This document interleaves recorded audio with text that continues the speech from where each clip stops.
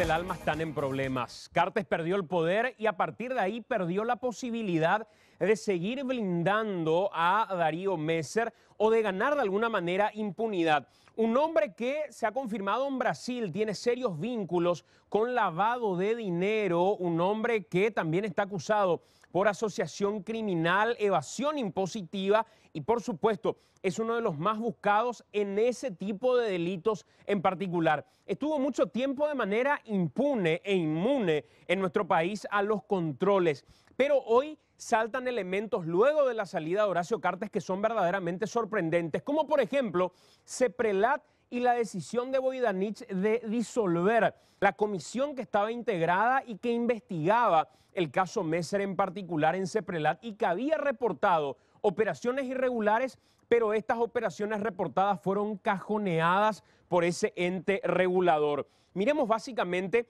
lo que decía Jorge Querey, el senador de la Nación que estuvo con nosotros en AM. Le preguntábamos básicamente si compró o no bonos del Estado el señor Darío Messer, con qué empresas compró y qué fue lo que respondió respecto a la trazabilidad el ex ministro de Hacienda Santiago Peña, y esto mencionaba. Bueno, inicialmente nosotros tuvimos la información del tema de los bonos, ¿sí? De la adquisición de los bonos por las dos empresas, por Chay, Sociedad Anónima, y por Matrix S.A., ¿verdad? De $4.900.000 cada uno de ellos.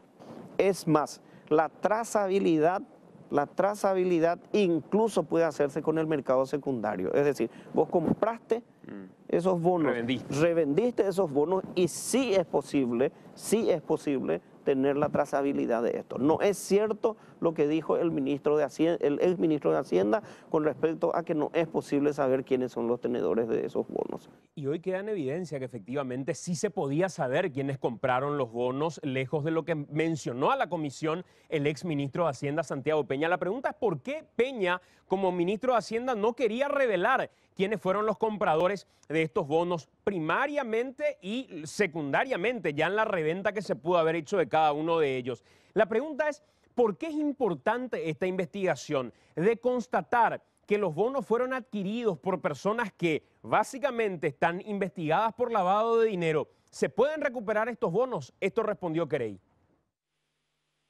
¿Y sabes por qué es tan importante esto? Porque este es uno de los pocos delitos donde podemos recuperar esos bonos. Porque si los bonos fueron adquiridos con este dinero y definitivamente, porque tenemos que tener para eso la identificación del número de serie, etcétera, etcétera, de los bonos, esos bonos pueden ser congelados y recuperados por el Estado paraguayo. Y nos estaríamos ahorrando $10 millones más todos los intereses que debería pagarse, etcétera, etcétera. Solamente con un caso. Solamente con un caso.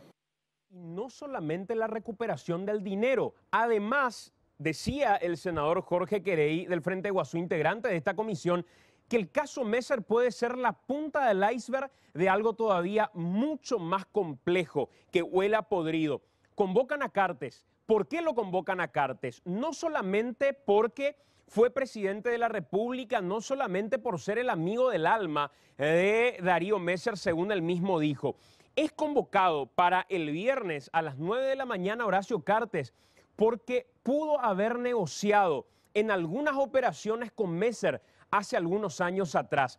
Le preguntamos a Querey por qué la convocatoria a Horacio Cartes y si valía o no la pena escucharlo, y esto dijo de manera contundente.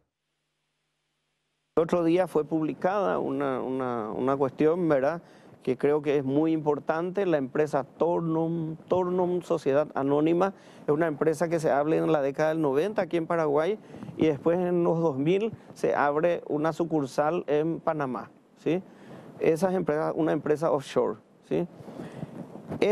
Esta empresa tenía acciones de Darío Messer y tendría acciones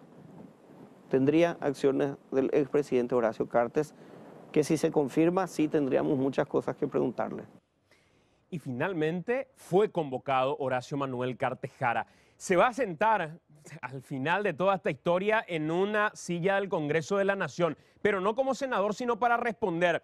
¿Qué pasa si Horacio Cartes decide no presentarse? Esto es lo que dice la reglamentación del artículo 195, la ley que reglamenta en su artículo 50. Si la persona citada no compareciese, no ofreciese causa justificada de su inasistencia, será pasible de pagar una multa de 30 a 100 jornales mínimos diarios para actividades diversas no especificadas en la capital, que para Cartes podría ser el vuelto, o de sufrir un arresto domiciliario de 6 a 15 días, sin perjuicio de la facultad de la comisión de hacerlo comparecer con el auxilio de la fuerza pública. ¿Qué significa esto? Si Cartes no comparece, la policía puede ir a buscarlo finalmente para que se presente. Los amigos del Alma están en problemas, perdieron el poder y ahora tienen que responder por sus actos.